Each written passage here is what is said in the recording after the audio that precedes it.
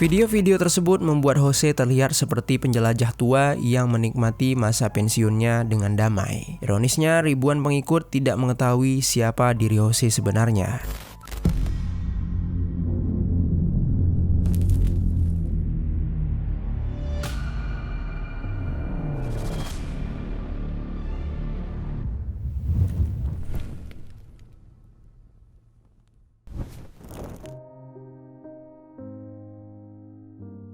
Halo pendengar kisah, selamat datang kembali di channel ini, tempat di mana kita akan membahas kisah-kisah kriminal nyata yang terjadi di seluruh dunia. Aku doakan semoga kalian semua yang sedang menonton video ini dalam keadaan sehat walafiat dan dijauhkan dari mara bahaya. Seorang pembunuh berantai asal Spanyol yang pernah dihukum puluhan tahun penjara akhirnya dibebaskan. Namun setelah bebas, dia justru membangun citra baru di aplikasi TikTok sebagai seorang backpacker tua yang inspiratif, hingga dia pun memiliki ribuan pengikut. Tidak ada yang tahu siapa dirinya sebenarnya, hingga sebuah kasus pembunuhan kembali mengungkap sisi gelap yang selama ini dia sembunyikan. Dan ternyata setelah bebas dari penjara, dia kembali membunuh. Años hallado muerto a tiros en los montes de Málaga en agosto de 2022. Lalu apa yang sebenarnya terjadi? Langsung saja mari kita bahas kisah di baliknya. Jose Jurado Montilla lahir pada Maret 1962 di Campanilas, kawasan kecil pinggiran Malaga, Andalusia, Spanyol bagian selatan. Dari luar, Jose ini terlihat seperti pria biasa, namun seiring bertambah usia, dia mulai menunjukkan sisi gelap yang berbeda dari kebanyakan orang. Jose memiliki profil sebagai seorang psikopat dengan gangguan kepribadian campuran yang didominasi sifat narsistik. Dia dikenal memiliki empati yang sangat rendah, sulit merasakan penyesalan, dan cenderung melihat orang lain sebagai alat atau penghalang bagi kepentingannya. Yang membuat dia berbahaya adalah kemampuannya menyembunyikan sifat tersebut. Dia bisa berbicara dengan tenang, berbaur, dan tampil ramah, padahal di baliknya tersimpan pola pikir yang dingin dan tanpa belas kasihan. Sifat tersebut kemudian berkembang menjadi rangkaian kejahatan yang menghebohkan kota Malaga pada tahun 1980-an. Antara tahun 85 hingga 87, Jose terbukti melakukan 4 pembunuhan.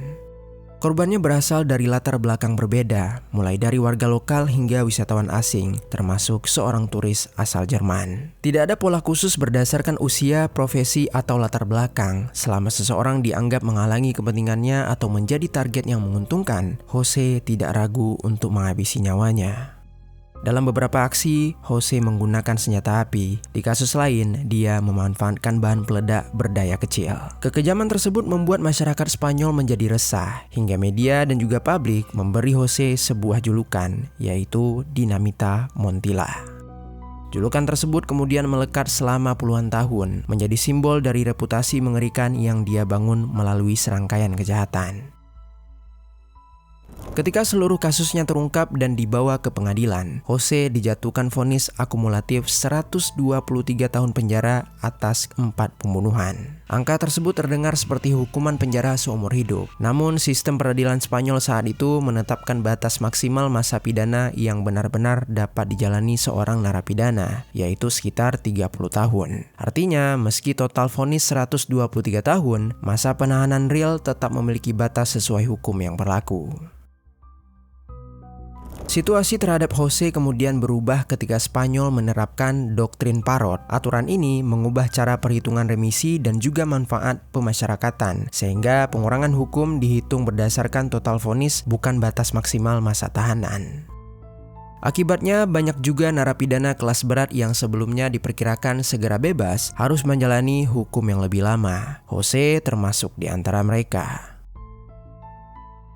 Namun pada tahun 2013, Pengadilan Hak Asasi Manusia menyatakan penerapan doktrin Parot bertentangan dengan prinsip HAM, salah satunya karena diberlakukan secara surun. Putusan tersebut memaksa pemerintah Spanyol membatalkan penerapannya. Sejumlah narapidana yang sebelumnya masih ditahan akhirnya dibebaskan, termasuk Jose. Setelah sekitar 28 tahun di balik jeruji besi, pria yang pernah divonis 123 tahun itu akhirnya bebas. Bukan karena dinyatakan tidak bersalah, bukan pula karena hukuman yang dihapus. Dia bebas karena perubahan dalam cara perhitungan masa pidana setelah putusan tersebut. Banyak orang mungkin mengira kisah Jose berakhir di sana. Setelah puluhan tahun di penjara, dia justru menjalani kehidupan berpindah-pindah tanpa pekerjaan tetap. Ketika media sosial mulai berkembang, Jose menemukan panggung baru untuk membangun citra dirinya. Sejalan dengan karakter narsistik yang pernah dijelaskan oleh pihak forensik yang sempat memeriksanya. Perhatian dari orang lain tampaknya menjadi sesuatu yang selalu Jose cari, dan media sosial memberinya tempat untuk mendapatkannya. Jose kemudian membuat akun TikTok menggunakan identitas asli. Namun hampir tidak ada yang menunjukkan bahwa pemilik akun tersebut pernah menjadi salah satu pembunuh paling ditakuti di kota Malaga. Di sana Jose justru menampilkan dirinya sebagai pria lanjut usia yang gemar mendaki, berkemah, menjelajahi alam, mengunjungi kota-kota kecil, dan membagikan berbagai renungan tentang kehidupan. Video-video tersebut membuat Jose terlihat seperti penjelajah tua yang menikmati masa pensiunnya dengan damai. Ironisnya, ribuan pengikut tidak mengetahui siapa diri Jose sebenarnya. Kejahatan Jose terjadi pada era 80-an, jauh sebelum internet dan media sosial berkembang. Dokumentasi digital mengenai kasus-kasus tersebut pun sangat terbatas, sehingga namanya nyaris tidak dikenal oleh generasi yang lebih muda. Sedikit demi sedikit, Jose mengumpulkan ribuan pengikut. Bagi mereka, Jose hanyalah seorang pencinta alam. Pengikutnya tidak tahu bahwa pria yang mereka follow adalah Dinamita Montilla, sosok yang puluhan tahun sebelumnya telah meninggalkan jejak kelam dalam sejarah kriminal Spanyol. Singkat cerita, setelah hampir satu dekade bebas, Jose Jurado Montilla tampak menjalani kehidupan yang berbeda. Dia terus berpergian dari satu tempat ke tempat lain. Namun, kehidupan baru itu ternyata tidak berlangsung seperti apa yang terlihat. Semuanya bermula pada tanggal 29 Agustus 2022. Hari itu, seorang pemuda berusia 21 tahun bernama David sedang berada di area perkebunan milik keluarganya di kawasan Los Montes de Malaga. Wilayah tersebut cukup sunyi, dikelilingi pepohonan dan jalan-jalan kecil yang jarang dilalui oleh orang-orang. Di tengah aktivitas itu, David melihat seorang pria tua di sekitaran lokasi. Penampilan dan gerak-geriknya membuat David merasa tidak nyaman. Perasaan itu begitu kuat hingga dia sempat mengirim pesan kepada ayahnya dan seorang temannya. David mengatakan bahwa dia baru saja melihat seseorang yang menurutnya sangat mencurigakan. Pria tersebut yang ternyata Jose, dia pun menyadari tatapan David kepadanya. Dia menganggap tatapan itu sebagai bentuk kecurigaan sekaligus sikap merendahkan. Tak lama kemudian, Jose mendekati David. Meski merasa waspada, David memutuskan untuk menghadapinya. Tanpa banyak basa-basi, Jose bertanya mengapa David menatapnya dengan begitu curiga. David hanya menjawab bahwa itu mungkin sekedar perasaan Jose saja. Setelah itu, David memilih untuk meninggalkan lokasi. Namun ketika baru berjalan beberapa langkah, Jose mengangkat senjata api yang ternyata dia bawa. Dia kemudian melepaskan satu tembakan ke arah belakang kepala David. David seketika terjatuh dan tewas di lokasi itu.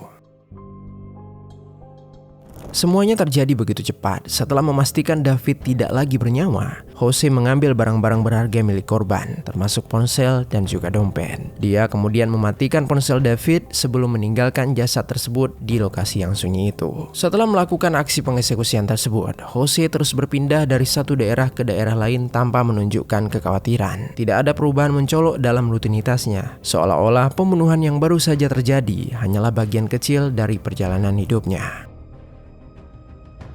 Singkat cerita, beberapa minggu kemudian, alih-alih bersembunyi, Jose semakin aktif membangun citra barunya di media sosial, khususnya aplikasi TikTok. Selama berbulan-bulan dia menghabiskan sebagian besar waktunya berpergian sebagai seorang backpacker. Dia mengunggah video saat menaiki bus antar kota, bepergian dengan kereta, mendaki gunung, menikmati pemandangan alam, hingga membagikan berbagai tips perjalanan kepada para followersnya. Di mata para penonton, Jose hanyalah pria yang lanjut usia yang menikmati masa tuanya dengan menjelajahi Spanyol. Pembawaan Jose tenang dan tutur katanya santai. Banyak orang bahkan menganggap dia sebagai sosok inspiratif yang memilih hidup sederhana dan dekat dengan alam. Bahkan tak sedikit pula yang meninggalkan komentar-komentar penuh pujian, dan mereka sama sekali tidak mengetahui bahwa pria yang sedang mereka ikuti baru saja menghabisi nyawa seseorang. Waktu terus berjalan, memasuki awal Agustus 2023, perjalanan Jose membawanya ke sebuah asrama pendaki di Alicante. Di tempat itulah dia berkenalan dengan seorang wanita berusia 42 tahun bernama Esther Estepa. Esther sedang melakukan perjalanan keliling Spanyol sebagai bagian dari gaya hidupnya yang bebas dan berpindah-pindah. Keduanya kemudian menjadi akrab karena sama-sama memiliki minat terhadap petualangan dan alam terbuka. Setelah beberapa kali berbincang, mereka sepakat melakukan perjalanan bersama selama beberapa hari. Bagi Esther, Jose ini hanyalah seorang teman baru yang terlihat ramah dan berpengalaman menjelajahi alam. Tidak ada alasan baginya untuk merasa curiga. Terlebih lagi, Jose memang berhasil membangun citra sebagai pria tua yang ramah dan bersahaja. Selama perjalanan, Jose beberapa kali mengunggah foto dan video kebersamaan mereka ke akun TikTok miliknya. Di mata para pengikut, keduanya tampak seperti dua orang sahabat yang sedang menikmati pertualangan di alam bebas.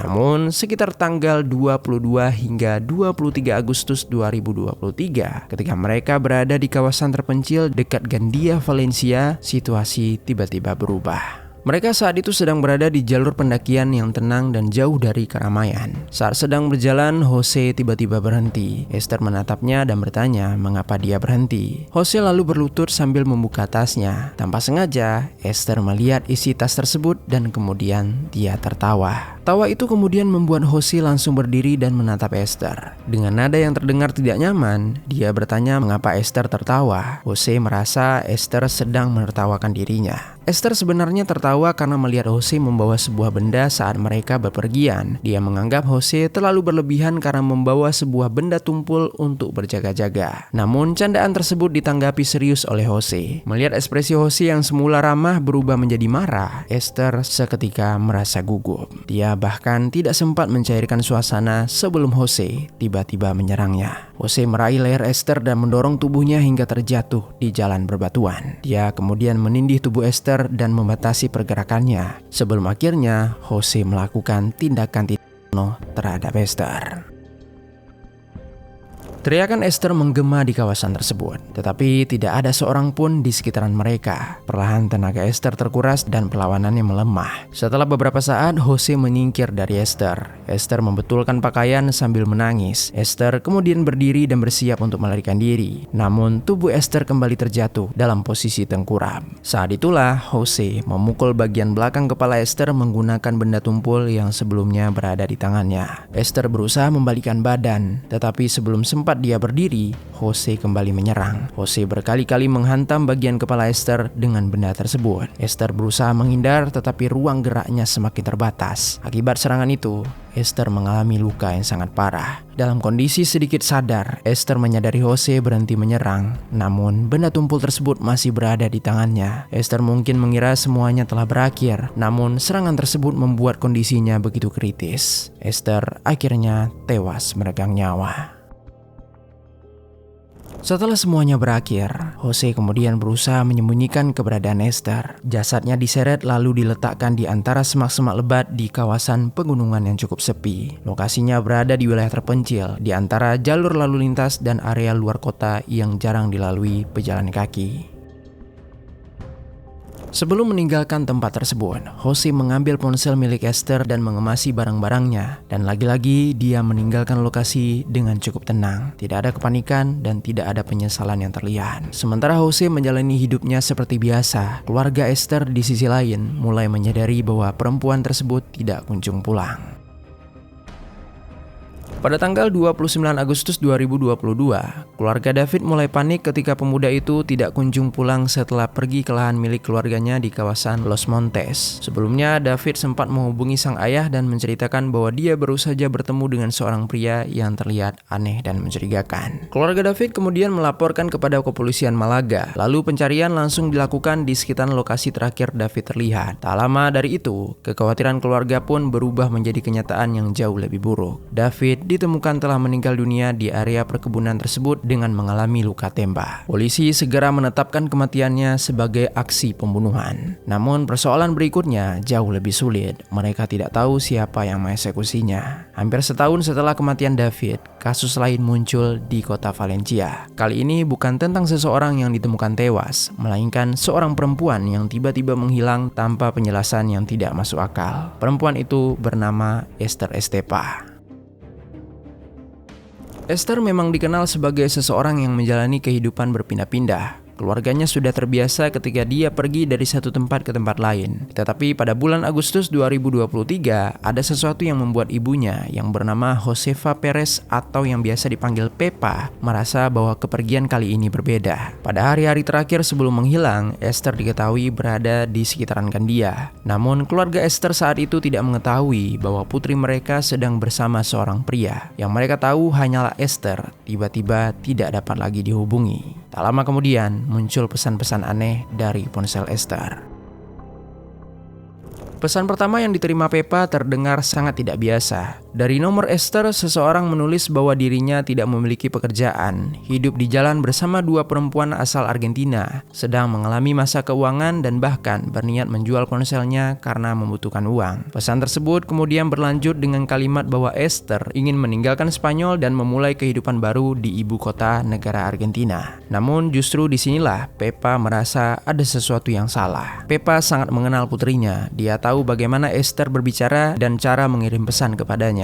Pepa merasa seseorang sedang berusaha membuat keluarganya percaya bahwa Esther pergi atas kemauannya sendiri. Karena Esther tidak kunjung kembali dan tetap tidak dapat dihubungi, keluarganya kemudian membuat laporan orang hilang. Di dalam laporan tersebut, keluarga belum mencantumkan bahwa Esther sedang berpergian bersama seorang pria. Pada saat itu, mereka memang belum mengetahui fakta tersebut. Polisi kemudian mulai menyusun kembali beberapa jam terakhir sebelum Esther menghilang. Mereka mencari tahu di mana Esther terakhir terlihat, siapa bersamanya, dan bagaimana pergerakannya sebelum kontak dengan keluarganya terputus. Dari sinilah nama Jose Jurado Montilla mulai masuk ke dalam penyelidikan. Jose ternyata memang berada bersama Esther dalam perjalanan terakhirnya. Bahkan ada foto yang memperlihatkan Esther bersama Jose dan seorang pria lain beberapa hari sebelum Esther menghilang. Foto tersebut kemudian diberikan keluarga kepada penyidik sebagai salah satu informasi penting mengenai keberadaan Esther. Tetapi Jose sendiri tidak berusaha menghilang dari cerita tersebut. Dia justru menghubungi Pepa. Sekitar 2 bulan setelah Esther menghilang, Pepa menerima panggilan video dari pria yang mengaku bernama Jose Jurado. Dia memperkenalkan diri sebagai teman Esther. Jose mengatakan bahwa dirinya pernah melakukan perjalanan bersama Esther dan mengetahui bahwa keluarga telah membuat laporan orang hilang terhadapnya. Dia bahkan menanyakan kepada Pepa bagaimana perkembangan penyelidikan dan apakah sudah ada kabar mengenai keberadaan Esther. Kecurigaan Pepa semakin kuat. Namun bagi polisi, rasa curiga saja tidak cukup. Dan ketika penyelidikan terhadap Esther masih berjalan, di kota Malaga sebuah kasus lama yang hampir 2 tahun tidak memiliki jawaban justru mulai bergerak, yaitu kasus David, pemuda berusia 21 tahun. Dalam penyelidikan pembunuhan David, polisi sejak awal memiliki satu petunjuk yang belum berhasil mereka pecahkan, DNA asing yang ditemukan pada barang milik korban. Selama berbulan-bulan bahkan bertahun-tahun, DNA tersebut hanya menjadi sebuah profil tanpa nama. DNA itu sangat tipis, bukan berupa cairan atau noda darah, melainkan hanya jejak sentuhan yang ditemukan pada bagian resleting tas David.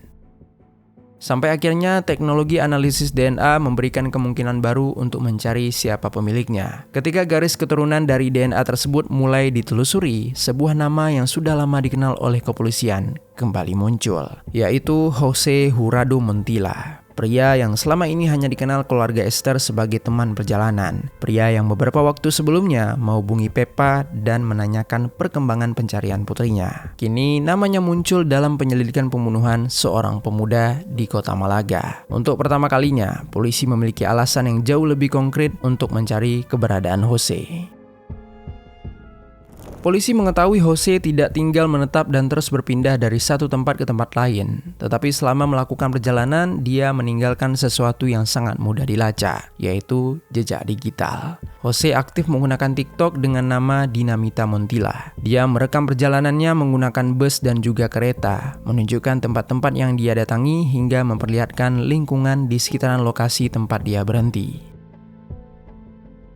Namun, sebelum polisi berhasil menangkap Jose, sebuah penemuan lain terjadi di kawasan Gandia. Pada Februari 2024, 2 orang pendaki menemukan sebuah tengkorak manusia di kawasan yang dipenuhi semak dan vegetasi lebat. Penemuan tersebut langsung dilaporkan kepada pihak berwenang. Tengkorak itu kemudian dibawa untuk menjalani pemeriksaan forensik, namun saat itu polisi belum mengetahui identitasnya. Pemeriksaan DNA kemudian dilakukan untuk mencari tahu siapa pemiliknya. Sementara penyelidikan terhadap Jose terus berjalan melalui jalur yang berbeda. Pada bulan Mei 2024, jejak digital Jose di TikToknya akhirnya membawa polisi ke wilayah Badajoz. Jose ditemukan sedang berada di sebuah bar di wilayah Valdebotoa, tidak jauh dari perbatasan Portugal. Dia kemudian ditangkap atas dugaan keterlibatannya dalam pembunuhan David. Saat ditangkap, ponsel milik Jose turut disita, dan benda kecil itulah yang kemudian membuka hubungan yang jauh lebih jelas antara pria tersebut dengan Esther Estepa. Namun, kini polisi memiliki bukti digital yang menunjukkan kedekatan mereka sebelum Esther menghilang. Lebih dari itu, polisi juga mengetahui bahwa ponsel Esther pernah berada dalam penguasaan Jose. Artinya, pesan-pesan yang dikirim dari ponsel Esther setelah dia menghilang harus diperiksa kembali. Sebelumnya, pesan tersebut seolah menunjukkan bahwa Esther masih hidup dan ingin pergi ke negara Argentina. Namun, setelah diketahui ponselnya berada di tangan Jose, cerita tersebut tidak lagi dapat dianggap sebagai bukti bahwa Esther pergi atas kemauannya sendiri. Meski begitu, polisi masih membutuhkan bukti yang menghubungkan Jose dengan keberadaan Esther. Jawabannya justru datang dari penemuan tengkorak di kawasan Gandia tersebut. Hasil pemeriksaan DNA memastikan kalau tengkorak itu adalah Esther Estepa. Artinya ketika Jose ditangkap pada bulan Mei, polisi sebenarnya sudah menemukan petunjuk penting beberapa bulan sebelumnya. Hanya saja saat pertama ditemukan pada bulan Februari, mereka belum mengetahui bahwa tengkorak itu adalah Esther. Setelah identitas Esther dipastikan, polisi memperluas pencarian di sekitaran Gandia. Mereka menyisir semak dan rumputan tebu yang lebat untuk mencari bagian tubuh lain yang mungkin telah tersebar atau tertutup vegetasi. Beberapa bulan berada di alam terbuka membuat kondisi jasad Esther mengalami pembusukan berat, hingga pencarian kini berfokus pada sisa-sisa jasadnya. Pada Juni 2024, bagian lain ditemukan tidak jauh dari lokasi ditemukannya tengkorak. Polisi juga menemukan sejumlah barang milik Esther termasuk pakaian dan dokumen yang semakin menguatkan identitasnya. Kini dua penyelidikan yang awalnya terpisah mulai terhubung. Di kota Malaga, David ditemukan tewas dengan meninggalkan jejak DNA asing. Di Gandia, Esther menghilang dan ponselnya sempat mengirim pesan seolah-olah dia masih hidup. DNA mengarah kepada Jose Jurado Montilla. TikTok membantu polisi melacak keberadaannya. Ponselnya kemudian menghubungkan dia dengan Esther. Pada kasus David, penyelidikan akhirnya berujung pada putusan pengadilan. Di tanggal 29 Mei 2026, juri menyatakan kalau Jose Jurado Montilla bersalah. Kemudian di tanggal 10 Juni 2026, Pengadilan Provinsi Malaga menjatuhkan hukuman 24 tahun 6 bulan penjara atas pembunuhan David, kepemilikan senjata ilegal, dan perampokan dengan kekerasan. Pengadilan juga memerintahkan Jose membayar kompensasi sebanyak 102.000 euro kepada masing-masing orang tua David. Hukuman tersebut sedikit lebih ringan dari tuntutan jaksa, yaitu 26 tahun.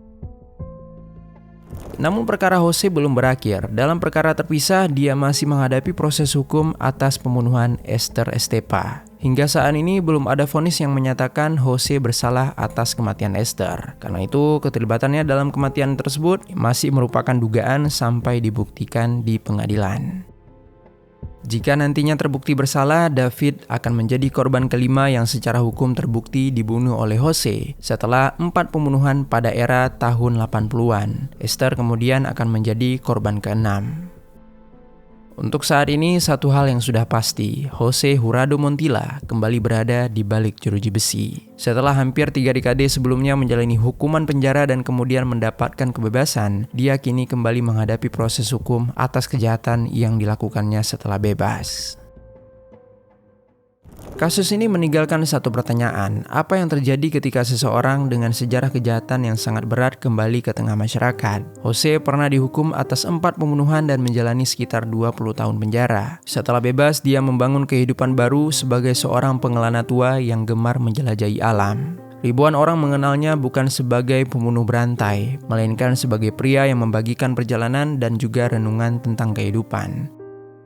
Disitulah sisi paling mengganggu dari kisah ini. Jose tidak perlu menghapus masa lalunya, dia hanya perlu menunggu sampai generasi yang mengenalnya melupakan dia, lalu membangun citra baru di hadapan mereka yang tidak pernah tahu siapa Jose sebenarnya. Namun ada ironi lain, kamera yang dia gunakan untuk menunjukkan perjalanan, tempat-tempat yang dia kunjungi dan kehidupan barunya justru menjadi salah satu alat yang membantu polisi melacak keberadaannya. Jose mungkin bisa mengganti kota, membangun citra baru, dan menceritakan kembali siapa dirinya. Tetapi satu hal yang tidak mudah diubah, yaitu masa lalu yang dia tinggalkan sendiri. Sekian kisah hari ini, mudah-mudahan ada pelajaran baik yang dapat kita ambil. Pendengar kisah, sebelum kita lanjut, kami mau rekomendasiin salah satu produk yang bisa kalian beli di fitur belanja di bawah. Ancient Electric Saver, alat cukur yang paling banyak diincar para pria. Dengan ukurannya yang mini, bikin gampang untuk dibawa kemana-mana. Desain cukurnya juga sudah memiliki teknologi ultra thin serta double ring, dapat mengikuti bentuk wajah, sehingga mudah diaplikasikan ke bagian yang sulit dijangkau. Bagian kepala dari alat ini bisa langsung dicopot karena memakai magnet dan sudah waterproof juga. Jadi aman jika langsung dicuci pakai air. Kalau kalian tertarik dengan produk ini, langsung klik link yang ada di bawah.